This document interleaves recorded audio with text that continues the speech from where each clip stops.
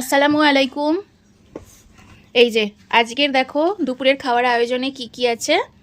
এই যে ভোলা মাছের ঝাল, আর এখানে লাল লাল ঝাল ঝাল করে আলু মাখা করব, আর এখানে আছে ডালের বড়া, আর এখানে আছে ডাল।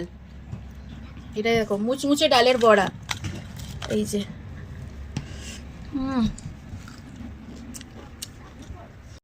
এখন আলু মাখাটা করে নেব। এই যে এতগুলো লঙ্কা দেবো যেমন ঝাল ঝাল করে।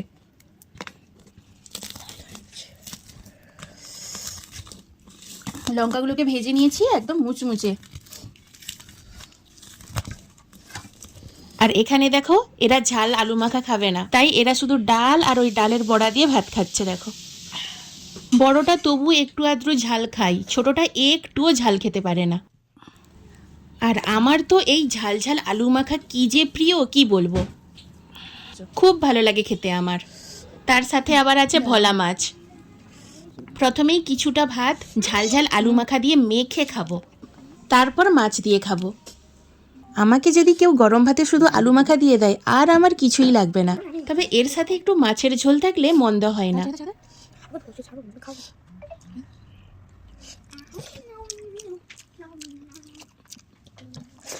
দেখো আমার মেয়ে কত মডার্ন, দেখো চপস্টিকে ম্যাগি খাচ্ছে, দেখেছো? দেখো সত্যি কথা বলতে আমি নিজেই এখন চপস্টিক ভালো করে ধরতেই পারি না, ধরতে গেলে খাবার উড়ে পালাই। ও আমাকে শিখিয়ে দেয়, মা এইভাবে ধরো, মা এইভাবে ধরো, অথচ কত সুন্দর ও নিজে দেখো নিজে ধরে চপস্টিক দিয়ে খাচ্ছে। ওর জন্য সেদিন বললাম না, সেদিন কিনেছি, ও পারে খেতে, তাই ও এত জেদ করছিল। দেখো কি ইজিলি খাচ্ছে দেখো।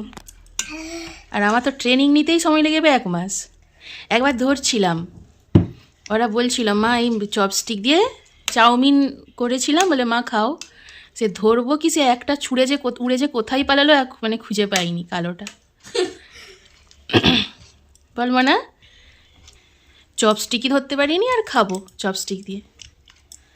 ও কি ভালো খেতে পারে চপস্টিক দিয়ে, খুব ভালো খেতে পারে ও চপস্টিক দিয়ে।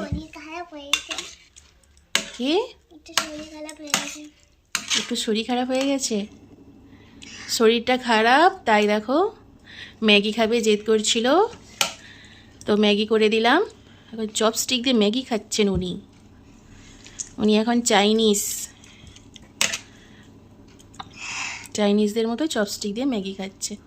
কেমন করে ধরো দেখো, দাও দাও কেমন করে ধরো, ওই তুলো খাবারটা দেখাই। ও এই তো ওয়াও, বাহ, আর একবার তোলো, বেশি করে তোলো, বেশি করে তোলো।